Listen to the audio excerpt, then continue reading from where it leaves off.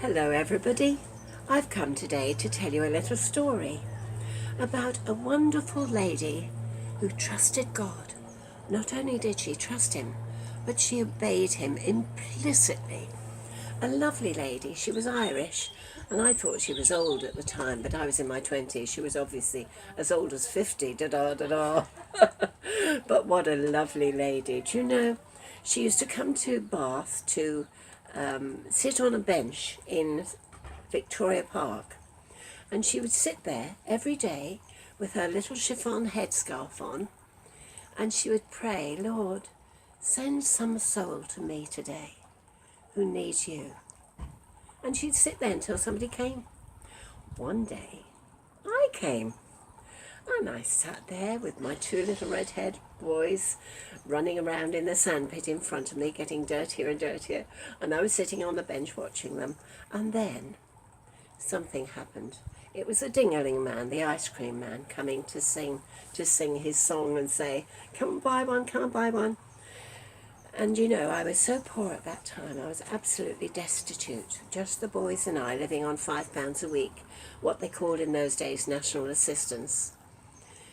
And I thought, I haven't got even a threepenny bit to buy a lolly for them. In those days, you probably have never heard of a threepenny bit, but it was half a sixpence. So I sat there and I thought, what am I going to do? And this lady came and sat beside me, and she saw the tears running down my cheeks and the boys crying for an ice cream or a lolly.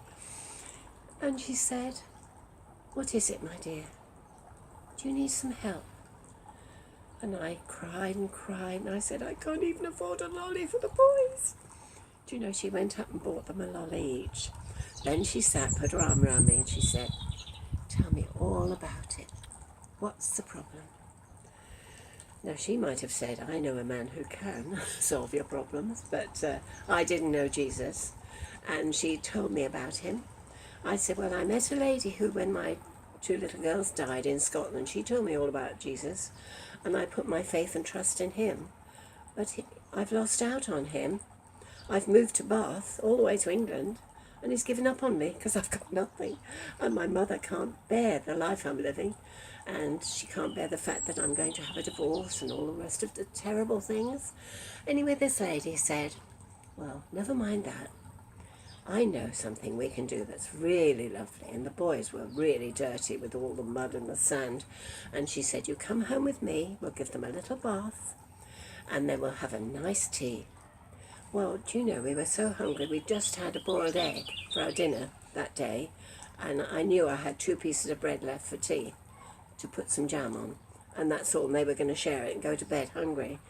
Well, I thought, what am I going to do now? This lady, I don't know her. And I was on foot, I didn't drive in those days. And she said, I've got a little car just up there.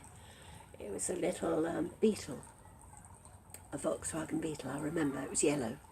And she said, you come home with me. I went home with her. And she said, now, it's Sunday afternoon and my husband has to go and preach.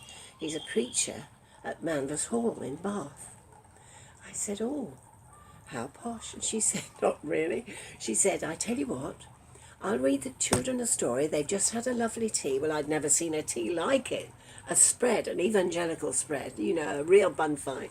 And we ate to our fill. And then she said, you go with Ivor. He's preaching. You go and listen. And I look after the boys. Well, I hadn't heard the gospel since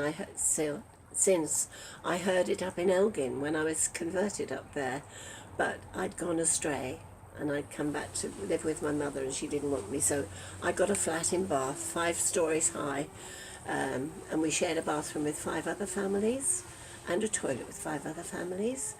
And up in the little kitchen in the top floor there were cockroaches crawling up the wall and water running down the wall. There was no heating. It was just awful. Well, you can imagine going into this lovely house of this lady, and everything was perfect. The food was wonderful, and it was so nice and clean. Anyway, I went to the gospel hall, and I heard I heard Ivor preach, and I listened, and he said, now we're going to sing. We're going to sing Trust and Obey. For there's no other way to be happy in Jesus than to trust and obey. Well, I burst into tears again. I thought, that's what's wrong. I'm not trusting, I'm not obeying. And I wasn't happy in Jesus. So I trusted in him that night again, properly. And I obeyed him. And I went down on my knees and asked him to forgive me my sins. And you know, I now know that man who can solve those problems. I know a man who can. And his name is Jesus. And if you don't know him, oh boy, you've missed out. He's my bestest friend in the whole world. I hope this word blesses you in some way. Goodbye.